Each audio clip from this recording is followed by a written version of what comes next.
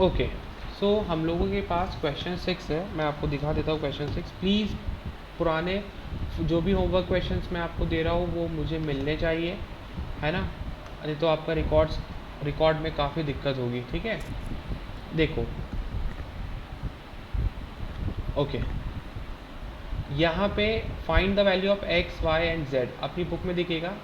ठीक है, 4 3 Y x 5 Y Z 1 5 इस तरीके से लिखा हुआ है, और आगे के क्वेश्चंस भी हम लोग डील करेंगे। मैंने लिख लिया है बोर्ड पे क्वेश्चन, आप बोर्ड पे देखिए। कुछ नहीं है, अगर आपको याद आ रहा होगा मैंने एक टॉपिक पे बात की थी, इक्वालिटी ऑफ मैट्राइसेस, है ना। यहाँ पे देखो, अगर ये वाला एलिमेंट है, इस वाले मैट्रिक्स का पहला एलिमेंट और इस वाले मैट्रिक्स का पहला एलिमेंट, ये दोनों इक्वल होंगे, मतलब 4 इक्वल टू वाई होगा, सेम 3 इक्वल टू जेड होगा, और x इक्वल टू 1 होगा। ख़त्म, x इक्वल टू 1 होगा। ये आपके आंसर्स हो गए, as simple as it is. Clear है। अब सेकेंड पार्ट देखते हैं हम लोग, सेकेंड पार्ट पे बात करते हैं। ठीक है, सेकेंड पार्ट यहाँ पे कहता है आपको, that is x plus y 2 5 plus z x y और 6 2 5 8। ठीक है, मैंने आपसे क्या कहा, पहला जो भी एलिमेंट होगा वो इससे डिफाइन करेंगे, जिनका रिक्वायरमेंट है हम उसी पे बात करेंगे। इसका जो होगा हम इस पे बात करेंगे, और इसका जो होगा हम इस पे बात करेंगे। ठीक है, चलो करना कैसे है वो हम लोग बात करते हैं। देखिए, यहाँ पे कर रहा हूँ मैं सॉल्व।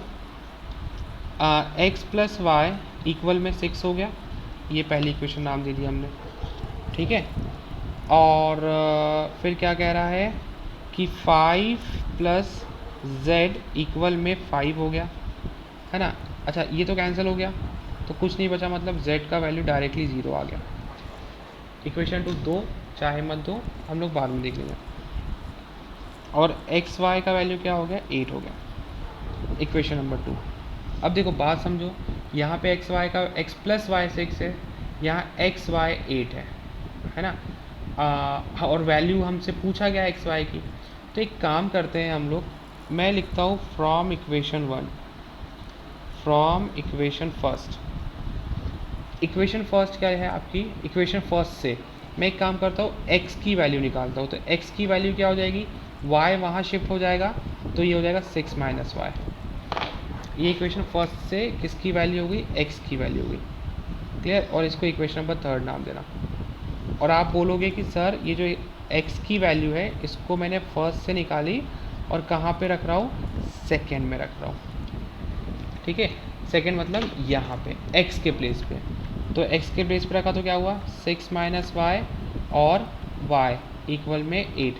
चलो अंदर मल्टीप्लाई करो, क्या हो जाएगा, 6y माइनस का वाई स्क्वायर इक्वल टू 8। अगर आप नोटिस कर रहे हो तो इसको थोड़ा सा मैं अरेंज कर लेता हूँ। अरेंज करने का तरीका क्या हो जाएगा, ये माइनस के वाई स्क्वायर को वहाँ कर दो, ये प्लस के 6y को वहाँ कर दो, तो ये अरेंज हो जाएगा आपका। 8 अपने घर में है, उसको रहने दो, ये माइनस का वहाँ जा रहा है, प्लस का वाई स्क्वायर माइनस का 6y और प्लस का 8 इक्वल में क्या बचा, 0 बचा। अगर आप नोटिस कर रहे हो तो ये आपकी क्वाड्रेटिक इक्वेशन है, और क्वाड्रेटिक इक्वेशन में आपके जो फैक्टर्स होंगे वो 2 फैक्टर्स होंगे, मतलब आंसर्स जो होंगे वो आपके 2 आंसर्स होंगे। ये मैंने इसको मिटा दिया है, प्लीज़ आप लोग रिपीट करके उसको लिख लेना। चलो निकालने का तरीका क्या होता है, देखिए, आप 8 का multiply coefficient of y square से कीजिए। कोएफिशिएंट ऑफ वाई स्क्वायर यहाँ पे जनरली 1 नज़र आ रहा है मुझे, कुछ नहीं है मतलब 1 है, तो 8 1 जा 8। अब 8 के ऐसे फैक्टर कीजिए कि प्लस माइनस करने पे मिडिल टर्म आ जाए, तो मेरे ख्याल से 2 4 जा 8 होगा। अगर 2 4 जा मेरे पास 8 होगा, और इनको यदि मैं प्लस माइनस भी करूँगा तो 6 आ जाएगा। ठीक है, मतलब क्या लिखूँगा, वाई स्क्वायर, और यहाँ पे मैं लिख रहा हूँ 2y, splitting the middle term जो हम 8 9th में सीखते हैं, 2y और 4y और प्लस का 8।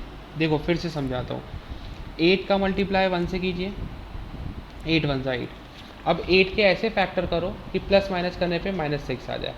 तो अगर मैं दोनों को यहाँ पे माइनस और माइनस दूंगा, ठीक है, दोनों को यहाँ पे माइनस और माइनस दूंगा, तो देखो ना -6 भी हो रहा है और 4 2 8 भी हो रहा है। क्लियर? अब यहाँ से कॉमन निकालिए, y कॉमन निकाला, बचा y -2।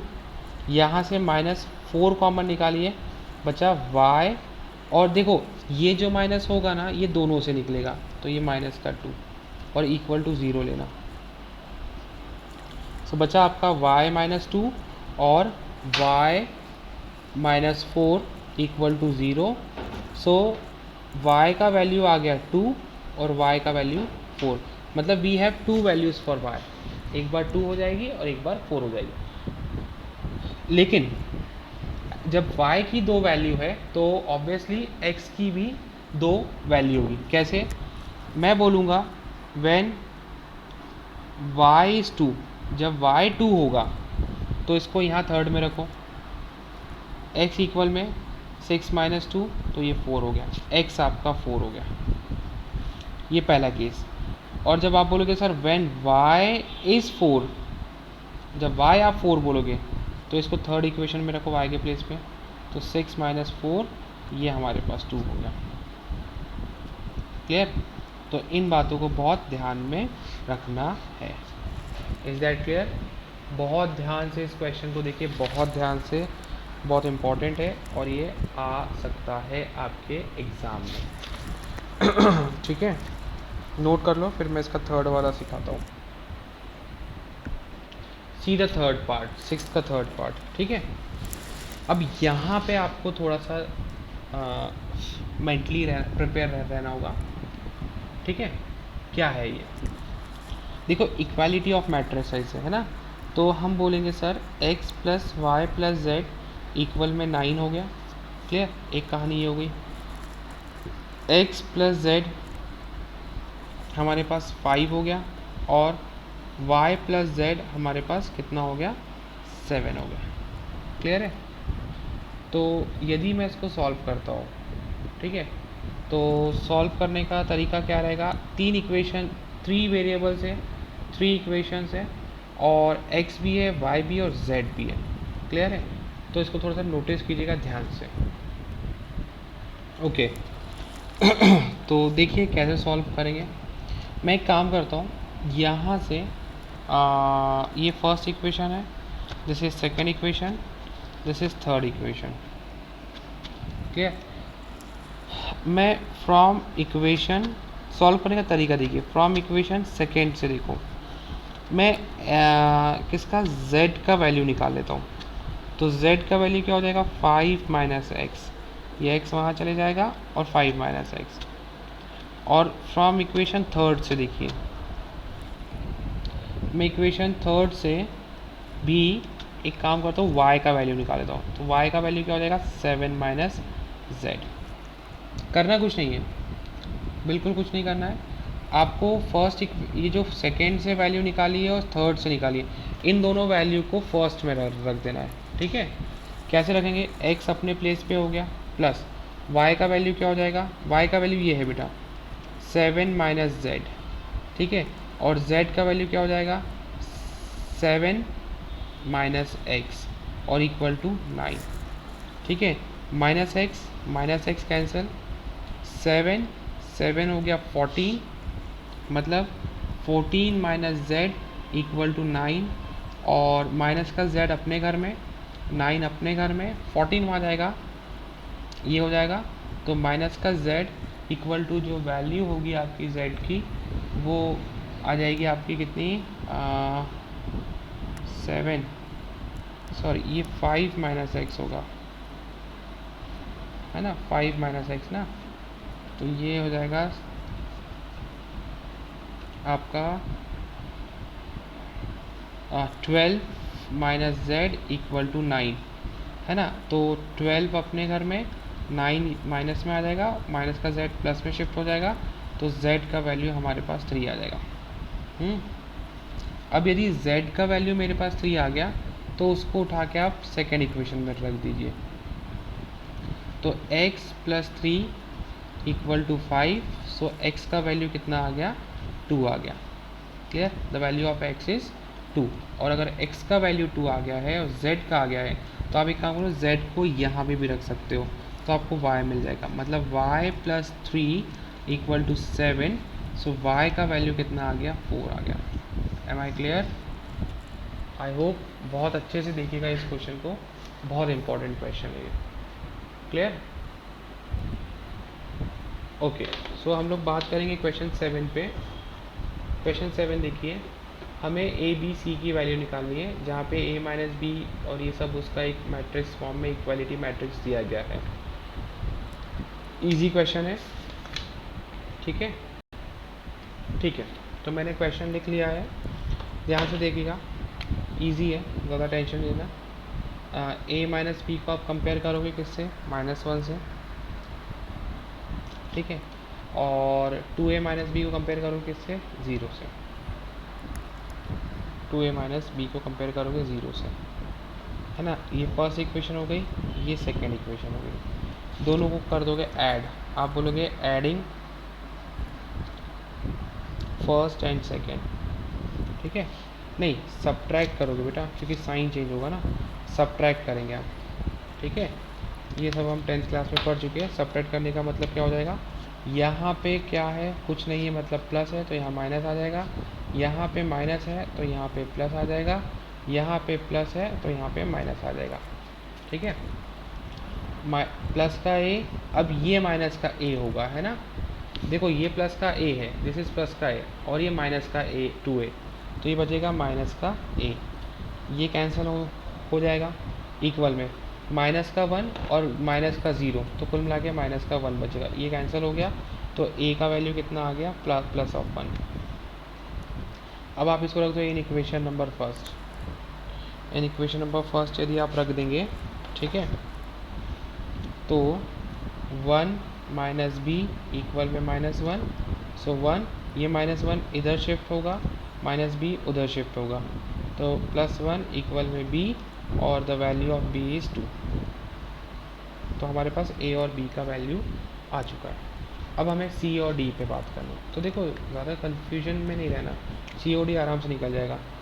तो 2a प्लस c इक्वल में, इसको कंपेयर करूँगा तो 5 होगा, और a का वैल्यू निकाल चुका हूँ मैं 1, प्लस c इक्वल में, सो 2 1 ज़ा 2, प्लस c इक्वल में 5, तो c का वैल्यू क्या हो जाएगा, 3 हो जाएगा। ओके, अब इस 3 को आपको कहाँ रखना है, ये जब इसको आप कंपेयर करोगे यहाँ पे, तो 3c प्लस d इक्वल में 13 हो जाएगा। अब c का वैल्यू डायरेक्ट आप यहाँ रखो, 3 इंटू 3 प्लस d इक्वल में 13, तो d ये 9 हो गया इक्वल में 13, और d हो गया आपका 4, ठीक है? तो इस तरीके से आपका a, b, c और d आ गया। प्लीज़ वीडियोज़ आप रिपीट करके देखिएगा, है ना, बहुत काम का है। चलो क्वेश्चन नंबर 8 पे आते हैं। देखो क्वेश्चन नंबर 8 बहुत आसान है। क्या कह रहा है, अगर ए मैट्रिक्स आपकी AIJ है और m इंटू एन का फॉर्म लगा रहे हो आप, और वो कह रहा है स्क्वायर मैट्रिक्स, तो स्क्वायर मैट्रिक्स में क्या होता है, m और n हमेशा इक्वल होते हैं, है ना? तो इसका ऑप्शन सी होगा, राइट। क्वेश्चन नंबर 9 में जाएंगे आप, which of the given values of x and y make the following pair of matrices equal. देखो अभी हमने ऐसे क्वेश्चन करे, तो ये आपका होमवर्क क्वेश्चन है, which will be written in your copy and I will going to check your copy. Okay, question 10 में आओगे, the number of all possible matrices of order 3 into 3, ये 3/3 लिखा हुआ है, right, in which entry is only 0 और 1। देखो ये objective दिए गए 27, 18, 81, 512। अब इसमें कौन सा ऑप्शन होगा, हम लोग इनको समझते हैं। उसने क्या बोला है, देखो ऐसे हम लोग तरीका सबसे आसान होता है, हम लोग इसको देख सकते हैं कि एंट्री कितनी बोली है, 0 और 1, मतलब ये कितनी एंट्री है, पूरी 2 है, 2 एंट्री है। कितने का मैट्रिसेस बोर्ड बनाने को बोल रहा है, 3/3, ठीक है? तो उसके अंदर बोला ना कि number of all possible matrices order पूछ रहा है, तो कितने ऑर्डर हम बना सकते हैं। अगर 0 और 1 है और 3/3 का मैट्रिक्स बनाना है हमको, है ना। तो देखो 2 का पावर 9 और ये आ गया 512, तो the last option is 512। Clear. तो इस तरीके से आपकी यहाँ पे फर्स्ट एक्सरसाइज ख़त्म होती है चैप्टर 1 की। And make sure that you all will going to write in your copy with a very fair note, and neat and clean work should be done in your copy. Thanks a lot. Thank you very much. Take care. Stay safe. Stay healthy.